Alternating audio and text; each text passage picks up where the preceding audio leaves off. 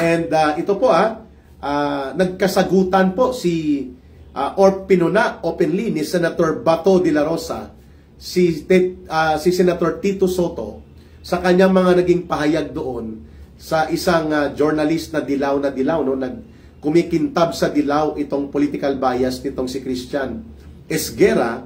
Paborito niya itong interviewin palagi, no, yung mga anti-Duterte na mga puwersa, no. Pero pag mga aligned sa Duterte political groups, ayaw niya, no. Tinatabla niya yan, ano. Itong si Christian Esguerra ay paborito niya yan si Ronald Llama, si Boy AK-47 na BFF ni Risa Hontivirus. Kayo na po ang magbigay ng kahulugan sa BFF, no? Ang iba nagsasabi, anong BFF ka, Eric? FUBU. Hindi ko na po kukumplituhin, ha? FUBU. Ano pong FUBU? Alam siguro yan ni Rolex Rayos, no? Alam mo ba, Melinda, or ako ay Pilipino kung anong FUBU? Hindi ko na po kukumplituhin. Pangit pong meaning ng FUBU.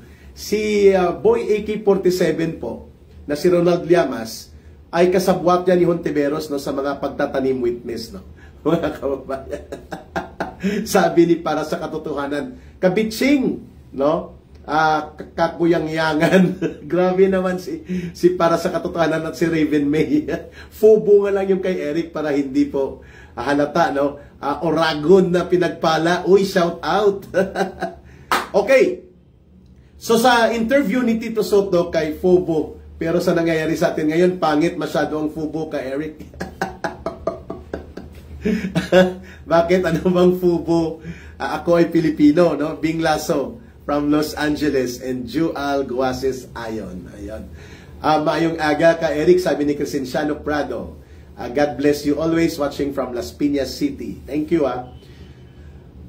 binanggit ni Tito Soto na gimmick lang daw ng mga minority itong reklamo nila at pati na po itong mga pagpapa-edit ng mga sinumpaang salaysay ng mag-asawang Diskaya, kung kaya nasambulat ang role doon ni Martin Romualdez, ni Saldico, ng mga kutungeros at mga tapador, no, taga-tapa ng pundo as high as 30%, no, para mapunduhan siguro ni Martin Romualdez na ang kanyang mahigit 1 bilyon na pinapagawang bahay sa 1.6 hectares na very high-end property sa Forbes Park. Bilyones ang value nito. Mira, GM ka Eric, avid fan from Dubai. Okay, mga kababayan, mga ating kasambayanan, sabi ni Senator Bato de la Rosa, wag po nating tratuhin, Mr. Senate President, ang ating Senado bilang noon-time show na panay gimmick ang ginagawa. Nasaktan po si Tito Soto, si Senator Itbulaga. At habang nagkakaroon po ng parang semi-minority caucus, ang grupo nila Senator Bato de la Rosa, Senator Alan Peter Cayetano, in the minority, maririnig po sa mikropono ng Senado na dismayado si Tito Soto sa paggamit ng allusion o yung pagtukoy ni Senator De La Rosa na ang style sa Senado sa ilalim ni Tito Soto ngayon ay parang noon-time show na pamumuno.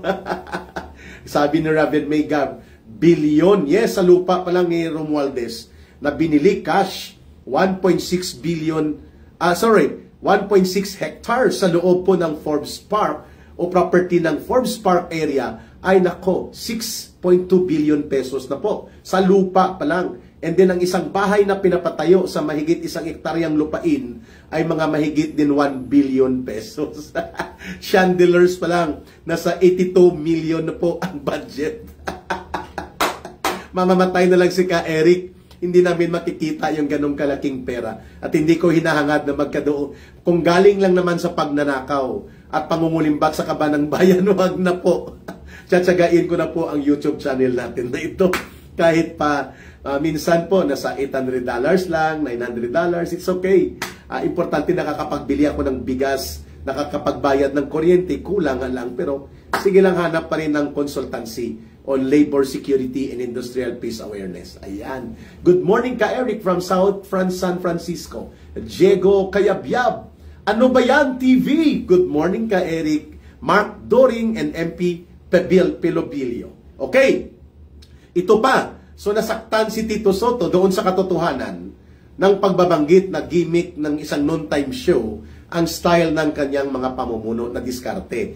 Kulang pa nga po yung pagpupuna na yon ni Senator De La Rosa, ni Senator Marcoleta, at ni Senator Peter Cayetano. Kung ako po ang magpupuna in behalf of the people, tatawagin kung hindi ka lang pang noontime show. Ikaw ay isang lantarang tuta ni Marcos at Romualdez bilang special agent upang guluhin at ilihis ang investigasyon na pumupunta at tumutumbok sa pagiging mastermind ni Mr. Marcos Jr. at ni Romualdez. Special agent ka rin para manabutay ng pagkakaisa sana ng mga senador sa isang prinsipyadong pagtindig dahil sa ambisyon mo na bumalik bilang Senate President at baka makatsamba pa on a higher position kahit man lang maging Vice President ang kanyang peg sa 2028. That is the obvious. Hindi lang sinabi ni Senator Peter Alan Cayetano, ni Senator Rodante Marcoleta at Senator Bato de la Rosa na hindi lamang pang noontime show ang style ng gimmick ngayon ni Tito Soto at nila Ping Lacson dahil sila nga ang nagkudeta in favor of Marcos and Romualdez para maging tameme o maging isang extensyon ng pangpolitikang interest ni Marcos at Romualdez ang Senado. Tito Soto is acting as a special agent or a political operator for Martin Romualdez and Mr. Marcos Jr. Obvious naman po, no? Hindi lang siguro sinabi direkta ng mga minority senators out of somehow a little degree of protocol of courtesy sa loob ng parliamentary na ugnayan at relasyon ng mga senador. We can understand that. Ayos? Pero ito pa, mga kababayan, no? Before ang ating title and headline, si Secretary Kiko Laurel, no, ito po ay pinatawag doon, no, sa budget hearing siguro o TRICOM kasi ang nakaupo doon ang ex-komunista na sinipa ni Pangulong Duterte dahil kurakot at bulok sa gobyerno noon na si Tere Ridon at taga Bicol na bumalik sa party list project na Saro Radon o Saro Bicol. Okay, Tere Rigudon, si Tere Rigudon. Tinatanong niya something about sa Department of Agriculture, no. Sinabi doon sa isang video clip na nakita po ni Ka Eric na si Saldico ay nagpupumilit na makakuha po ng 3 fish importation permits. Na ayon kay Secretary Kiko Laurel ng Department of Agriculture, hindi niya pinayagan. Pero makulit at talagang nagpupumilit. So sindikato talaga ang mga involvement ni Saldico. Hindi lang siya na-involved sa mga maanumaliyang laptop supply doon sa panahon ni Secretary Briones sa Department of Education. Hindi lang siya na-involved sa iba pang anomaliyang construction. At hindi lang siya na-involved pala sa 13 billion mahigit na parang siya na ang naging overlord. Naging mayordomo ang kulukoy na Saldico sa pagpayag ni Romualdez at Marcos over an amount amounting to 13 billion pesos na kung saan niya ilalagay, hindi makapiyok ang mga congressman sapagkat bibigyan niya ng SOP 5%, pero sa kanya ay 30% o 25%. So, ibig sabihin po, sa kanila yun ni Romualdez at nila Marcos, pinapartida nila. Saldico would not have been so brazen. Hindi po yun maging garapal, yun ang ibig sabihin ng brazen, o maging lantarang gahaman, kung hindi po yun pinayagan ni Marcos at nila Romualdez, ang sindikato niya. Imagine up to the point na sisindikatuhin niya ang importasyon ng mga isda. No, mga kababayan, dahil negosyo nga yan ng pamilya ni Kiko Laurel, yung Frebel, which is a big time fishing company, mga deep sea and large scale fishing ang kanilang negosyo ng pamilya nila. Akala niya siguro baka makasingit siya. Baka hindi nga lang fish importation, baka pati rice importation. So, ang pagkasugapa at pagkasindikato ng mga operations ni Saldico, hindi lang po yun sa kanya. If we have to analyze on the basics of relationship kung paano nagaganap po ang ganitong hakbang ng pangsindikato, Saldico cannot so brazen. Hindi po yun magiging garapal at sobrang lantarang gahaman na parang akala mo siya na nagmamay-ari ng Pilipinas at ng buong pundo nito kung hindi po yun marching order ng pinaka-boss niya na si Martin Romualdez with the assurance of guarantee na suportado at konsentidor din na si Marcos. Ayan. Yan po ang tamang pagtingin dyan. Which hindi po yan ang gustong mangyari ng mga organizers ng mga simbahan katolika, ng kanilang mga obispo at ng kanilang mga dilaw at hepatitis group, no? At mga pink survivors, mga Trillanes group, na ayaw nila na tumbukin ang katotohanan at idugtong sa pinakasentro ng punong salaring kriminal sa panunumbalik ng pandarambong that it is not only Saldico and his gang of sindikato and kriminal sa pangungulimbat ng pondo. It is not only the DPWH na kagaya nila Bryce Hernandez. It is not just about tungkol dito sa mga sindikatong contractors, the like of Wawa Builders, SYMS, na puro ghost projects pala, walang talagang proyekto nangungulimbat ng pondo kasabwat ang DPWH at ganon din pa mga diskaya na mga diskartidor at sindikato sa pangungontrata. These are not all about them. It's all about who orchestrated, who made the architectural design to restore and monumentally implement a large-scale systematic plunder and corruption. It's none other than Romualdez and Marcos. Pero ayaw po yan ng mga obispo, ang mga taong simbahan, na kanila na pong hinostage ang September 21 date dyan sa EDSA Shrine papuntang People Power Monument towards Camp Aguinaldo. Ayan, pag-uusapan natin yan, ha? Ang medyo nagre-recalibrate ngayon yung mga grupo ng mga komunistang terorista. Except their party list, ang kanilang mga sectoral front organizations o tinatawag ni Ka Eric na mga urban operatives like Teddy Casino na wala doon sa loob ng party list sa kongreso nila ay nananawagan na ng pananagutan ni Marcos. Marcos resign na nga, no? Doon sa press conference kahapon.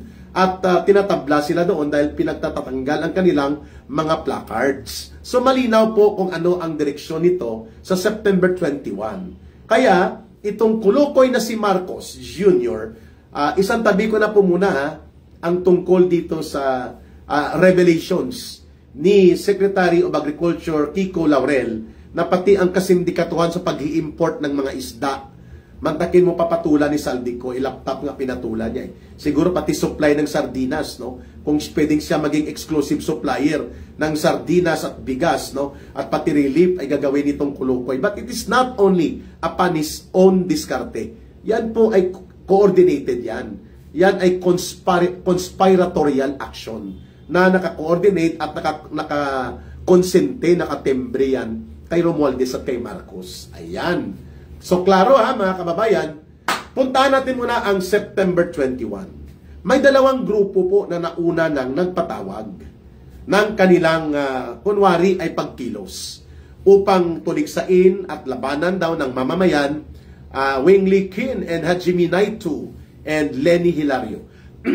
Kunwari lalabanan nila itong problema sa graft and corruption, pandarambong or plunder, at malakihang pagnanakaw at pangungulimbat, pangdurubo sa kaban ng bayan. Ang unang nag-announce ng luneta na tayo, itong sila Teddy Casino. Grupo po ito ng Communist Party of the Philippines, New People's Army, National Democratic Front. Diyan pa ako nanggaling na organization. They are trying to project themselves as if mayroon pa silang lakas, influensya, at aagawin nila ang pamumuno sa namumuo na kilusang masa na mayroong pagkagalit ngayon sa malubhang issue ng pandarambong at korupsyon. So they're trying to attempt the hostage of the exploitable and very volatile socio-political issue na may malaking epekto sa pang-ekonomiya at kabuhayan na kalagayan ng mamamayang Pilipino. Iyan ay basic tactics ng CPP, NPA, NDF para sila ay makapag-AOM, arouse, organize, mobilize. Bahagi po yan ng gawain nila sa mga pang-araw-araw na pagre-recruit, pag-agitate, pag-instigate, panunulsol, pag-deceive, pag-manipula, para po makapagbuo sila ng kanilang mga underground organizations upang lang sa ganun ay maging malakas muli ang kanilang armadong NPA na ngayon ay lugmok na bunga po ng National Task Force to End Local Communist Armed Conflict na binuo ni Pangulong Duterte noong 2018. Ayan. So, pagkatapos manawagan at magkunwari na sila ay para sa kontra-korupsyon, kontra-pandarambong itong CPP, NPA, NDF organizations, sa Luneta, sumabay dyan sila John Losada. Si John Losada po ay tauhan ito ng mga madre-pare na nakikialam at nakisawsaw sa issue ng Napoles Scandal. Ng tinatawag na ZTE. Internet and other projects ng Chinese government during the time of Gloria Macapagal Arroyo. So, to make it short, ang ilang mga parte ng dilaw na konektado kay John Losada at sa iba pang grupo na kumakanlong sa kanya noon ay sasabay sana sa Luneta. At ang kanilang panawagan, Luneta na tayo, lahat daw, sama-sama na. Ngayon, nagdiskarte po ang grupo nila Hontivirus. Ito naman ang mga hilaw na komunista. Hilaw na komunista dahil wala silang direktang NPA. At hindi nila kasama sa organisasyong direkta ang New People's Army. In fact, pinagtatarget yan dati ng NPA, pinakalma lang. Kasi karibal yan ng NPA na grupo, pero nagkukunwaring komunista din itong grupo nila Hontivirus. So, ang grupong Akbayan, sila Buengiwe. Itong nag-uhuramentado na Buengiwe dahil hindi natuloy ang impeachment, conviction, or trial against Sara Duterte sa Senado. Na-shoot down ng Supreme Court. So, si Buengiwe, si Hontiveros, at ito pong mga hilaw na komunista, nagmaniobra kasama po si Lola Laila de Lima at sila Jokno. Ito naman ang mga pink yellow zombies. Zombie dahil patay na, binubuhay pa nila ang bulok na Liberal Party na grupo ng kasabwat ng Noynoy Aquino administration pa. Yan, no? Mga grupo nila ito, yellow pink zombie, hilaw na komunista, at sinakyan po nila ang grupo ng Simbahan Katolika. Hindi naman po buong Catholic Bishops Conference of the Philippines, subalit may ibang porsyon ng obispo na pinayagan po na sumama sa ganitong pagkilos sa September 21. At mayroon mga pari na yung nagmimisa sa House of Tambaluslos, no? Na nag-attend pa si Martin Tambaluslos, winisikan pa sila ng bindita. At nagkausok pa dahil muntik na mag-apoy at magliyab ang mga magnanakaw na nawisika ng bindita nito mga pari na kulukoy, at kaya po nagkuhaan ng mga fire extinguisher, no? Nung panahon na yun. Fire extinguisher. Pagkatapos na magwisik nitong mga pari ng bindita o ng holy water nila sa mga audience nila, like sila Benny Abante, sina Akop, sina Patuano, yata nandun pa. Dito rin po siya mga magnanakaw sa loob ng Kongreso. Nagkaroon po ng usok bigla. Kaya takbuhan ng security ng House of Representatives, kuha ng fire extinguisher. Pero nung makita nila umuusok sila Tambaluslos, hindi na lang itinuloy. So itong paring na mga grupo nito, tinatawag nilang sarili nila, Clergy for Good Governance. No? Laki ng tawa ko sa iyo ka Eric, sabi ni Angelito Fernandez. So ulitin ko mga hilaw na komunista, saan daw ang bahay ni Abante? Malapit lang ba yan sa Luneta? Huwag ka nang pumunta doon, Jacob Fernandez.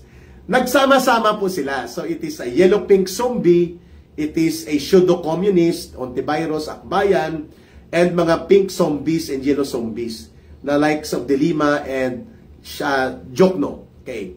At sila po, nagsiusok ba sila kay Romilito Maquinano. Ngayon, gusto nila na magmisa sa September 21, 12 noon sa EDSA Shrine. Ang EDSA Shrine po ito yung may birhin na ribulto. At likod niya, Robinson's Galleria, yan ang tinatawag kong EDSA Ortigas. And then, pagka mga 1:30 to 2 o'clock daw, magmamarcha na sila papunta sa People Power Monument. Dito po yan sa Camp Aguinaldo, malapit sa White Plains. Pero, malinaw ang kanilang patakaran. Itong mga kuloko yan, pagkakaisa daw. Wala daw panawagan dapat ng Bring Him Home Duterte. Okay yon. Pero, hindi daw dapat tuligsain si Marcos o sino mang politiko. Anti-corruption lang. edi problema tayo dyan. Yan po ang gusto nila. Kaya po makikita nyo, humiwalay muna ng rally ng panawagan ang Kolokoy na Communist Party of the Philippines, New People's Army at NDF. Umaga sila sa Luneta, 9 o'clock. Para yung kanilang sigaw na singilin si Marcos, papanagutin ang mga Duterte, ay doon nila isisigaw. Kasi pagkahapon po, magmamarcha sila mula sa Luneta, magli-link up sila papunta sa People Power Monument o magkakaraban dahil malayo yun eh. Kita nyo mga kababayan, bakit si Sara Ilago pinaupo ng sindikato na COMELEC? Alam na. Kasi yan po ay arrangement o arigluhan yan with Martin Romualdez. Ulitin ko sa umaga ng 9 o'clock, huwag po kayong pumunta sa Luneta. Yan po, sa Sunday, September 21, ay gimmick. Yan ang gimmick na totoong gimmick ng mga komunistang teroristang gustong mag-agitate ng mga tao so that they become politically relevant pa rin, nakakapag-recruit sila, makapag-agitate sila ng kabataan lalo na at mali-recruit nila. So ang Luneta po ay event ng CPP, NPA, NDF na pinapangunahan ng kanilang mga urban operatives. Palamuti lang po dyan si John Losada na kunwari may mga whistleblowers at may ilang mga religious groups na sasama doon. Most likely doon po pupunta ang simbahan na infiltrated ng CPP, NPA, NDF. Ang Iglesia Pilipina Independiente, IFI o Aglipayan Church, ang United Church of United Church of Christ in the Philippines, UCCP, yung National Council of Churches in the Philippines, Convention of Philippine Baptist Churches. So mga NCCP churches ito National Council of Churches in the Philippines. CPP po ang nag-i-infiltrate dyan at National Democratic Front. May underground organization dyan na konektado sa NPA at NDF. Ito yung CNL, Christians for National Liberation. Sa September 21, 9 a.m., doon sila sa Luneta. Huwag na po tayong pumunta doon. Kasi ang plano nila, doon sila magsisigaw ng Marcos singilin, Duterte panagutin, at yung iba may Marcos resign na.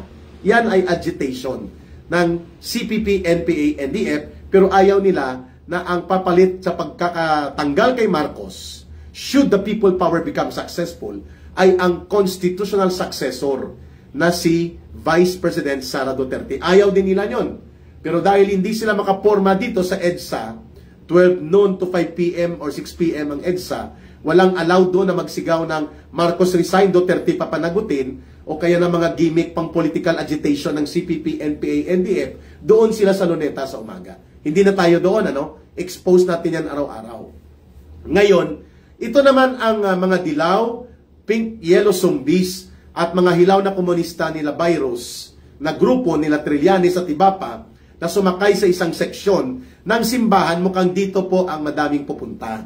Sapagkat kung ikukumpara sa kapasidad ng CPP, NPA, NDF, wala pong kapasidad yan na mag-mobilize ng mahigit pa sa 5,000. So, yan po ang pwersa na nila. So, kung hindi pupunta ang taong bayan sa Luneta, dahil yan ay entablado na itatayo ng Communist Party of the Philippines, New People's Army, NDF ang agitators doon upang makapag-recruit sila, malamang ay pagkatapos nila magprograma doon, pupunta ito magkakaraban papunta sa EDSA Shrine by 12 noon or by 1 p.m. o kaya mag-link up na lang direkta doon sa People Power Monument near sa Camp Aguinaldo. Ayan, klaro na ha? So, ang panawagan na wag idala o ibahagi doon ang mga pro-Duterte supporters ay pwedeng sumama daw basta wag sumigaw ng bring him home at walang panawagan daw ng Marcos resign at singilin at pagbayarin ang sabwatang Marcos at Romualdez. Hindi daw pwede ang mga placards na yan.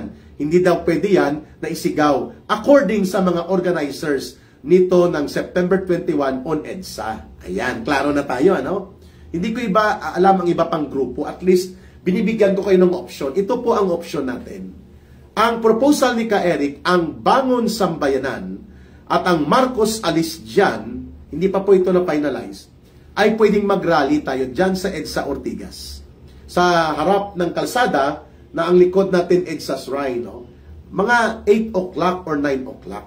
And then, mayroon tayong sariling rally na kung saan mailalahad natin ang tama at matalas na pananaw na ang punong salaring kriminal na dapat papanaguting, singilin at hatulan ng mamamayan, una sa lahat ay si Marcos at si Romualdez.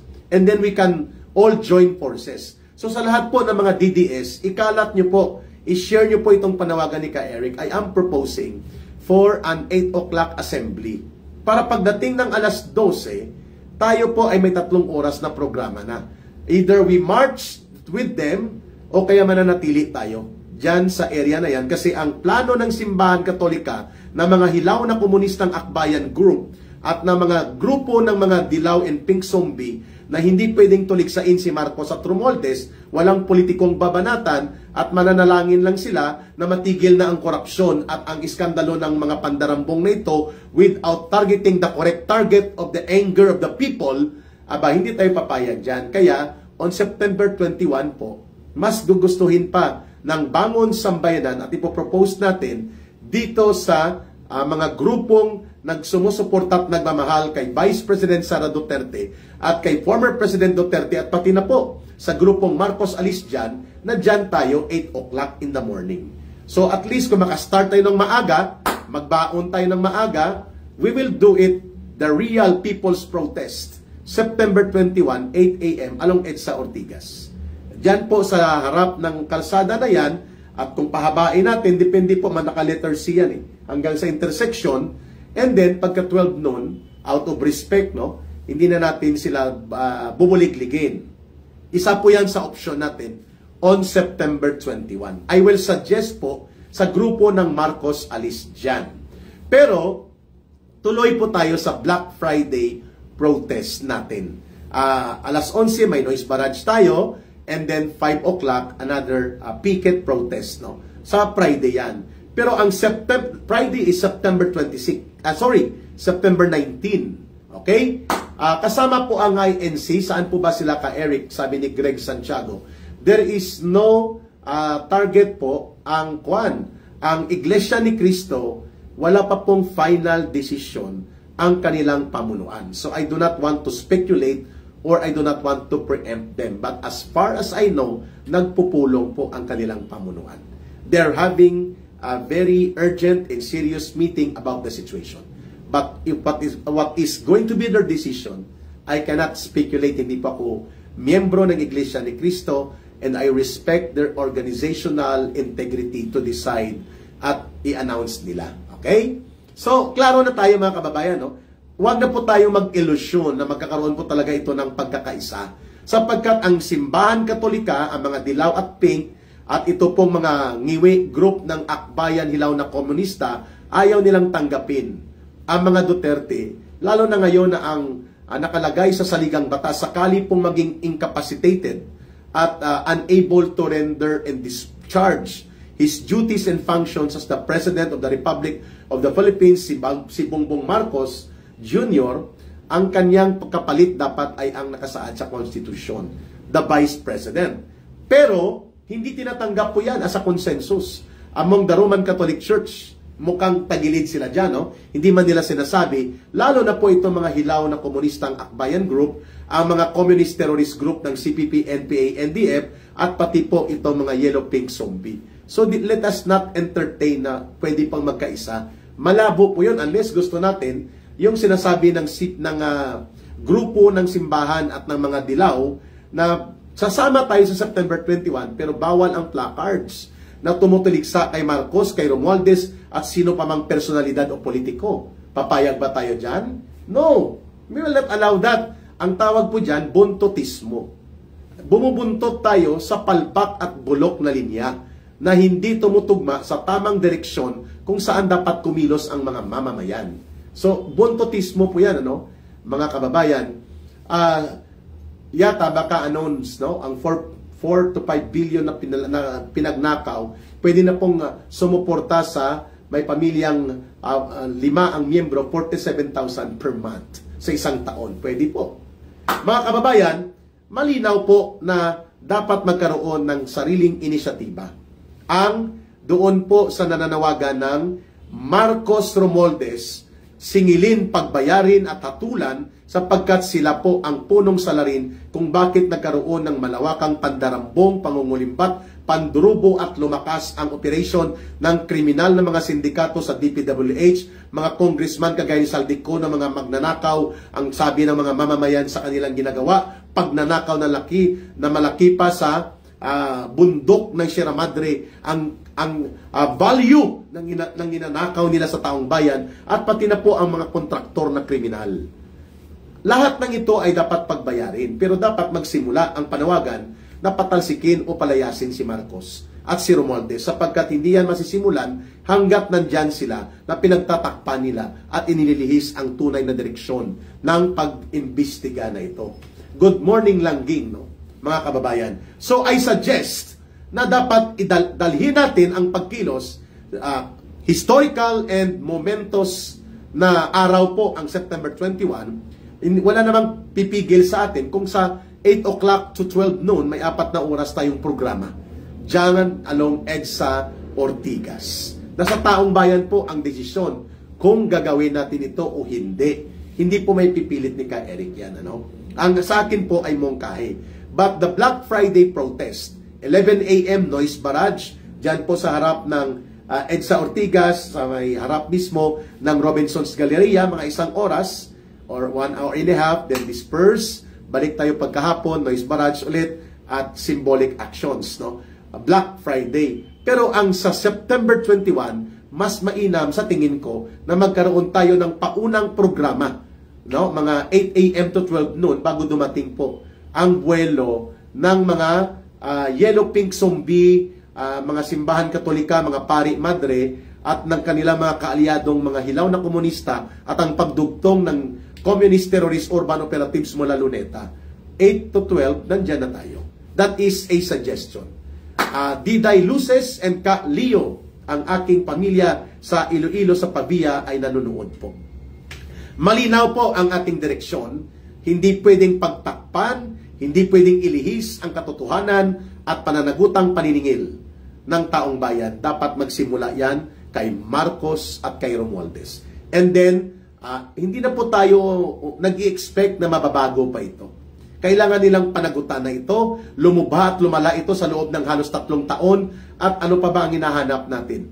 Lalo tayong ilugmok ni Marcos at Romualdez dito sa nililito-lito nila tayo at kanilang nagkakaroon sila ng show and gimmick ng independent investigation o gusto na nating maningil ng katarungan sapagkat sila naman talaga ang punot dulo ng mga mastermind na ito, mga kababayan. Ayos? So, i-share nyo po ito, no? I will announce tonight or tomorrow. Tonight is Martes pa lang naman, bukas Wednesday. Pwede pa po tayo magkaroon ng mga adjustments if we can go. Basta go tayo. Sa mga nanonood at nakikinig ngayon, may Black Friday protest tayo.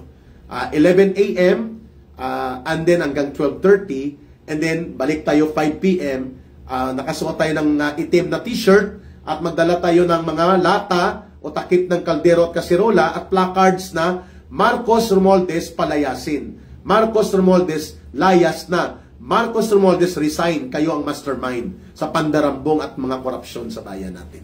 Yun po, placard, bond paper, karton. Pwede po, no? 5 p.m. sa hapon at hanggang alas 7:30 hanggang maabot ang mga tao na makita nila.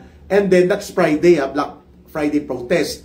And then morning, mayroon tayong kick-off noise barrage. Okay? So, klaro po But tomorrow, if not tonight, tatanungin ko ang Marcos alis dyan at iba pang grupong gustong sumama, mga diehard Duterte groups at mga Marcos alis dyan na hindi po kayang lamunin nito ng pagkilos ng EDSA 21 or September 21 EDSA ng grupong Dilaw, Pink, Yellow Zombies at na mga hilaw na komunista, mga akbayan group at mga simbahang katolika na mga grupo at pati ang pagdugtong ng komunista sa September 21, dito po tayo sa umaga. We will have our own program, no? Dapat sa inyo, sasama ang mga tao kay Eric, hindi yun kagabi dahil puro tambalos-los lang parang team. Kaya nga, hindi na ako pumunta doon kasi hindi nila sinisingil. Princess Hyacinth Margaret, no? Hindi nila sinisingil ang totoong problema. Kaya nakita ko na hanggang doon lang sila kay Romualdez. Martin Romualdez and his gang like Saldico, Dong Gonzales, and many more of the crooks and plunderous criminal politicians. Hindi po lahat yan mauutusan at magagamit ni Romualdez bilang arkitektong pinuno sa pagkakaroon ng pandarambong at pangsindikato sa pundo ng bayan kung hindi po yan binasbasan at hindi yan kinonsinti at hindi pinakinabangan ni Marcos. Yun pong problema doon kagabi sa batasan. Tama po kayo sa inyong observation. Nang makita ko po na ang linya nila, parang si Romualdez lang at si Marcos hindi na nila pinupuna at pinupuntuhan, mali po yun. Sa tingin ko yan po ay taktika upang lituhin din ang tao. Pero mas malala ito ang sa September 21. Kung hindi tayo kikilos, ang sabi ng simbahan dyan na grupo at ng mga dilaw, yellow, pink, walang panawagan ng pag-agitate para tuligsain si Marcos, si Romualdez o sino mang mga politiko. Wow. Totoo? Paano yun? Tatahimik tayo sa katotohanan just because we want to have numbers? We cannot allow that. So I will propose doon po sa grupo ng Marcos Alis dyan at sa grupo po ng mga Bangon Sambayanan Network and then sa mga nakikinig ngayon ng mga Duterte support groups, mag-rally tayo sa September 21. If you cannot join us sa Black Friday People's Symbolic Protest, 8 o'clock in the morning, maaga pa. Luto na tayo ng kanin at lilagang itlog. Ibalot sa plastic, dala ng tubig. Voluntary lahat. 6 o'clock, alis na tayo. Pagka 8 o'clock, converge na tayo dyan sa EDSA Ortigas. Dyan, no, sa harap ng Robinson, dyan sa intersection. At magkakaroon tayo ng 4 na oras na programa. That would be enough, no? Eric, sumama na kayo doon sa harapan ng Congress. Ay, hindi po doon ang rally. Malayo po yun. Romualdez po ang kanilang tinutuligsa lang. At ayaw nilang idugtong na ang kriminal na pananagutan si Marcos at Romualdez, no? Okay lang naman na pumunta kayo doon. I don't prevent you to decide, ano? Malabo po yun. At nakita ko nga, wala namang traction din sa tao yung ginawa nila. Sapagkat ang problema si Marcos Romualdez, kung gusto ni Marcos siya napapanagutin at totoong hindi sila kasabwat at siya ay galit sa korupsyon, unahin niyang sisipain si Romualdez, and then ipapahabol niya si Saldico, si Dong Gonzales at mga alipores ni Romualdez, no? So mali po yun, Phil Dacera, na si Romualdez lang. I do not want to join that group na nililito ang taong bayan. Dito tayo sa tamang pagtingin. Ang tamang pagtingin, si Romualdez at si Marcos magkasabwat. At malulutas ang problemang ito kapag nauna silang pinatanggal. Hindi rin pwede ng korupsyon ay abstract. Ang sabi ng simbahan, ang sabi ng mga dilaw at dilaw na komunista at mga yellow pink zombie, okay lang na tinutuligsa ang korupsyon, walang personality attack. Hindi pwede po yun. Hindi pwede na ang korupsyon ay abstract na parang isang multo na bumalik at naging isang bangungot na walang nag-operate na mga tao nito para manumbalik ang mga pangungulimbat sa pundo ng bayan. That cannot be, no? Okay? Klaro tayo, ha? So, sa lahat po ng mga gustong sumama, ang panawagan po dapat ay malinaw. Ang ating panawagan, ang punong salaring kriminal sa pandarambong at pangungulimbat sa kaban ng bayan, si Marcos at si Romualdez. Their conspiracy and their collusion in their attempt to control the political power and to remove and demolish the Duterte political challengers ay nagresulta po na maging gahaman at diskartidor at sindikato ang gobyerno ni Marcos at Romualdez. Ginamit nilang mga pondo, AX, AKAP, tupad, convertible to cash, pamimili ng loyalty in the sense na ito po ay isang pandarambong pa rin at hindi tumutugma sa totoong problemang dapat lutasin, no, sa ating bayan: gutom, kahirapan, trabaho, pagkain, agrikultura at serbisyo panglipunan. Hindi po 'yon ang ginamit ni Marcos na pondo. Ginamit niya sa pamimili ng artificial loyalty, kasabwat si Romualdez bilang kanyang arkitekto. At pangalawa, ito pong mga ghost projects na ito, mga congressional insertions ito, mga unprogrammed portion of the budget ito na illegal, unconstitutional, bawal sa batas, pero pinirmahan ni Marcos ang General Appropriations Act upon the orchestration of Istapa-type, sindikato-type budget na kinatay-katay na nila Romualdez. So paano natin hindi sasabihin na ang paniningil ay magsisimula kay Marcos at mismo kay Romualdez? Okay? So mga kababayan, tayo po ay hindi sasama direkta doon sa September 21, pero on September 21, ang suggestion ko, maaga tayo. Maliit man ang numero, it does not matter. Kaysa naman lamunin tayo ng mapanlinlang at mapanglihis na uri ng mga pagkilos na ang ating totoong layunin nito ay lutasin, i-address ang problema ng pandarambong na systematically ay naibalik ni Marcos at Romualdez na dapat putulin ito sa pamamagitan po ng pagtatanggal kay Marcos at Romualdez. And then, isusunod ang reforma sa gobyerno. At ang susundan natin na line of succession ay ang constitutional line of succession. At ang ating endgame, tuloy-tuloy na pagkilos ng taong bayan, mapayapa, hindi marahas, hindi nagpapabagsak sa gobyerno, pero matalas na pinupuntuhan ang pananagutan at paniningil sa kung sino ang dapat at punot dulo ng pinagmulan ng paglaganap at paglalim at paglubha ng pandarambong at pangungulimbat. Walang iba si Marcos at Romualdez, at isusunod na pababayarin at sisingilin din po at papanagutin itong mga alipores nila, the likes of Saldico, the Diskaya, the Wawaw Builders, all of them. Pero una sa lahat, tanggalin mo na itong mga pinunong nagpasimuno kung bakit anumbalik ang pangungulimbat. And pangalawa, kapag nagtuloy-tuloy ang mapayapa ngunit may paninindigan at malakas na panawagan ng taong bayan sa pagpapalayas kay Marcos at kay Romualdez, we're expecting that the armed forces of the Philippines, in their constitutional duty as the real protectors of the state and the people, will also decide na dapat ay mag-withdraw na rin sila ng support doon sa kay Marcos bilang Commander-in-Chief so that he will be rendered inutile. At wala na siyang magagawa pa kahit ayaw niyang bumaba sa pwesto kung ang armed forces of the Philippines, to be followed by the Philippine National Police, will no longer be recognizing Marcos as the Commander-in-Chief.